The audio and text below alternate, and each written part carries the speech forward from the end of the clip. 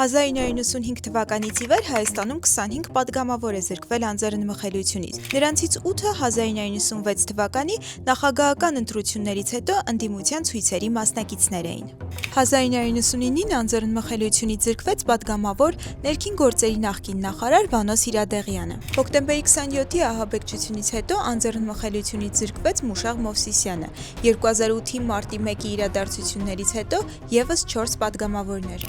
Պատմությունը ցույց է տալիս, պատգամավորներն անձեռնմխելիությունից զրկվում են հիմնականում քաղաքական ճգնաժամերի ժամանակ։ 2012-ին նախկին արտգործնախարար պատգամավոր Վարդան Օսկանյանը մեղադրվում էր գումարների յուրացման մեջ, ինչը նա որակեց քաղաքական պատվեր։ 1 տարի անց գործը կարճվեց։ Մեկ այլ քաղաքական ճգնաժամի ժամանակ 2018 թվականի հեղափոխությունից հետո իր իսկ թիմակիցների աջակցությամբ անձեռնմխելիությունից զրկվեց գեներալ Մանվել Գրիգորյանը։ Հեղափոխական կազմող խորհրդարանն առաջինը Գագիկ Ծառուկյանին զրկեց անձեռնմխելիությունից 2020 թվականի հունիսին, երբ նա պահանջեց կառավարության հրաժարականը։ Ներկայիս դատախազ Աննա Վարդապետյանը ներկայացրել է անձեռնմխելիությունից զրկելու 8 միջնորդություն, 8-ն էլ Ազգային ժողովը բավարարել է։ Ընտրությունները մոտենում են, քաղաքական լարվածությունն աճում է, արդյոք կլինեն անձեռնմխելիությունից զրկելու նոր դեպքեր։ Մանրամասները և ամբողջական վիճակագրությունը կարդացեք հետքի հոդվածում։